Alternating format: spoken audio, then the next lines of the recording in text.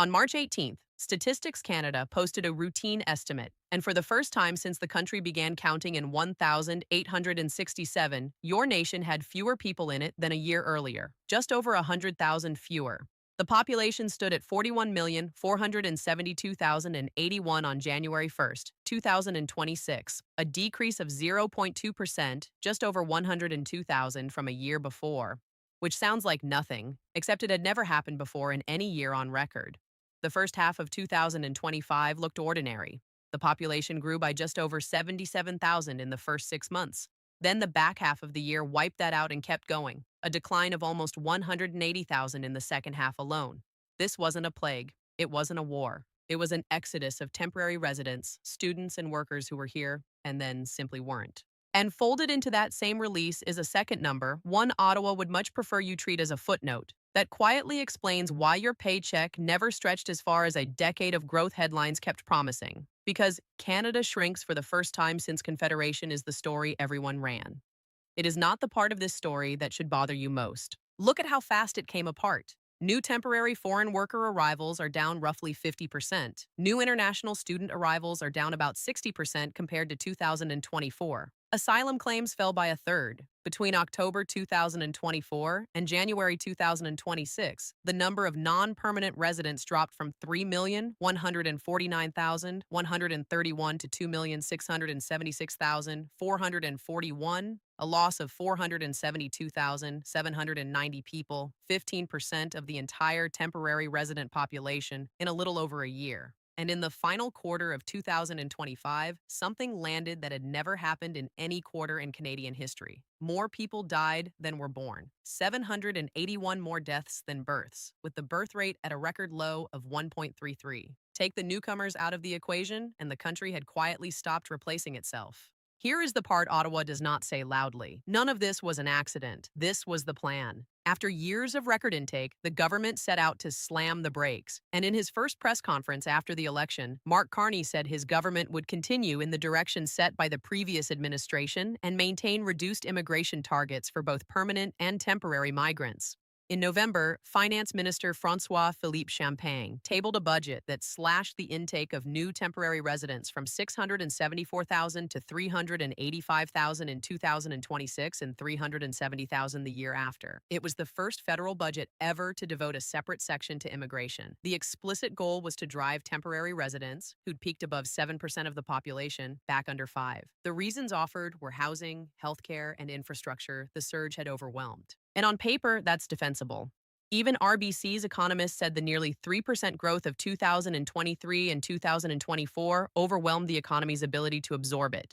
Overall, GDP still grew, but only 1.7% in 2025, the slowest pace since 2016 outside the pandemic. Unemployment had climbed to 7.1% that September. The one province still pulling Canadians in was Alberta, the top destination for interprovincial migration for the 14th straight quarter. People voting with their moving trucks. So the problem was never that Ottawa tapped the brakes. The problem is how the car had been driven for a decade and what the speedometer was actually measuring. The 102,000 people Canada lost is the number that made the front pages. It is not the number that should keep you up at night.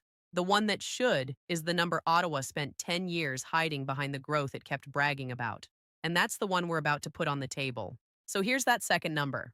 Through 2022, 2023, and into 2024, the official story was triumph. Canada growing fast, adding people faster than almost anyone in the developed world, posting GDP gains that looked perfectly respectable on a chart. You'd assume those were the good years, the boom before the bust. That's the head fake. Because when economists pulled the population out of those gains, the picture flipped. RBC found that the respectable-looking GDP increases of 2023 and 2024 actually represented persistent declines on a per capita basis. More people, a bigger economy on paper, but a smaller slice for each person living in it for 3 straight years. Read that again, because it's the whole game. The growth Ottawa sold you was real for the economy as a statistic and false for you as a person. A room full of economists has now said it out loud. Canada's real crisis isn't recession. It's years of stagnation that the immigration numbers were hiding from view. Add more than 5 million people in a decade, from 36 million to 41.6 million by the end of 2025, and aggregate GDP climbs no matter what. It has to. The denominator did the work the economy couldn't. That's not a populist talking point. That's RBC's math and statistics, Canada's data pointing the same way. And here's the tell that proves it. The single year Canadians finally got richer per person, per capita GDP improving for the first time in 3 years, was 2025. The year the population stopped surging. The year it shrank. The thing Ottawa is treating as a crisis is the same thing that, per person, started making you better off. Which raises a question nobody on Parliament Hill wants on a microphone. If the country only grows when it imports the growth, and you only get ahead when it stops, what exactly were 10 years of record growth doing for the people who already lived here? That's the reveal. But a reveal doesn't pay your rent. So what does a decade of borrowed growth and a sudden hard stop actually do to your budget, your job, and your town? That's the part Ottawa really doesn't want you doing the math on. So put the two together. On one side, a country that shrank for the first time on record. On the other, a decade of growth that was never really yours. Now look at what falls out when they collide, because it lands in specific places, on specific people. Start with the community. RBC laid out where the recalibration hits. Rental markets, the pool of available labor, wage growth, and post-secondary education funding. Translate that. Whole colleges built their budgets on a permanent river of international tuition that just dropped 60%. Rental towers got financed on the assumption the arrivals would never stop. Sectors that leaned on temporary workers, food processing, hospitality, agriculture, suddenly can't find them. Those are campuses, construction sites, and payrolls in real towns. Then the household.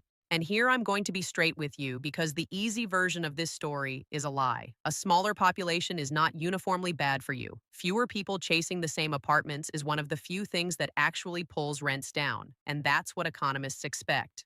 Per person GDP is healing. The economy did not fall apart. There were no 2 straight quarters of negative GDP in 2025. The country added jobs, and household balance sheets improved over the year. The technical recession scare that hit in early 2026 was driven by tariffs and a slump in oil and construction, not by the population, and economists figured it was likely over almost as soon as it was declared. Anyone selling you total catastrophe is doing exactly what Ottawa did with the boom, handing you a number that flatters their story instead of the truth. The honest stakes are quieter and worse in a different way. For 10 years, the people running this country measured success with a yardstick that never measured you and built colleges, housing, and labor markets on top of it. Now the yardstick broke, and there's a forward number that should focus the mind. RBC expects population growth to stay essentially flat through 2027. The old growth model is gone and nothing has been named to replace it. So when you line it all up, the decade of growth that wasn't yours, the brake pulled hard enough to shrink the country, the institutions and budgets all balanced on a number that was never coming back, what you're actually staring at is a country that spent 10 years confusing getting bigger with getting better. That's the verdict the data hands you. Ottawa measured its own success by aggregate GDP and a surging headcount, 2 numbers that can both go up while your slice goes down, and for 3 straight years, they did. That's the second number I told you was buried in that file, not the 102,000 who left, but the per capita decline they were papering over the whole time. Now you know why your wages never felt like the boom you kept hearing about. The fix was never going to be found in the size of the population. It's in whether the people in Ottawa can name one plan to make Canadians richer per person instead of just more numerous on paper. The growth was borrowed. The bill came due in a single historic year. And the question they can't answer is the only one that matters. Now that the country can't import its way to a good headline, what exactly do they have left? Because a nation isn't a population chart. It's the people already in it. And for a decade, they're the ones the math forgot.